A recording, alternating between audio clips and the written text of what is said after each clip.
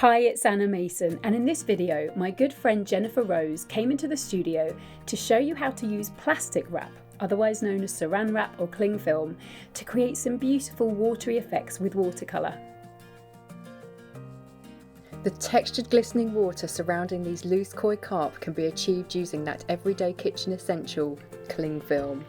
In this mini class, I'll walk you through the process I use. I began by making my drawing, marking the outline of the fish only and keeping my pencil lines super light. I then applied masking fluid to the whole of the fish so that I could work on the watery background.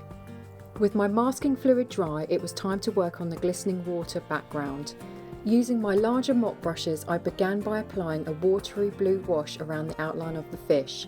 To create a feeling of movement, I directed my brush strokes outwards and away from the fish in the direction the water would move as the fish swims through it. When this layer was semi-dry, it was time to apply a darker blue wash over the top of it. For this darker layer, I concentrated on the areas closest to the fish where I wanted to create more depth. With my wash still wet, it was time for the really fun part. To create the watery look, I placed individual pieces of cling film over my still wet wash, pressing them down and using my fingertips to manipulate them into shapes. Then came the hardest part of all, waiting for the wash to dry. It was so tempting to peek under the cling film to see how it was looking, but I needed to allow the drying process to happen without disturbing it. Drying took at least half an hour, and then when my paper felt dry, it was time for the reveal. I peeled off the pieces of wrap to find these rippling water effects beneath. At this stage, I could have repeated the process to create more layers, but I was happy with how my background was looking, so I was ready to remove the masking fluid and move on to the painting the fish. Once I'd painted the fish how I wanted it, it was time to come back and make some final adjustments to the water. I mixed a dark shade of blue and used this in the areas surrounding the fish to create shadows and increase the sense of depth.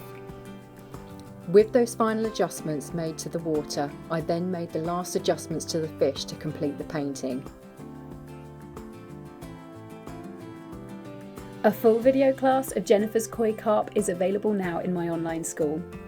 If you've enjoyed this video, please subscribe to my YouTube channel where you can find more videos from Jennifer. You can also hop on over to animasonart.com where you can take a full-length video class for free and find a whole heap of resources to help you pick up your brush and paint the way you've always wanted to. Thanks so much for watching, and I'll see you soon to help you create watercolours with wow.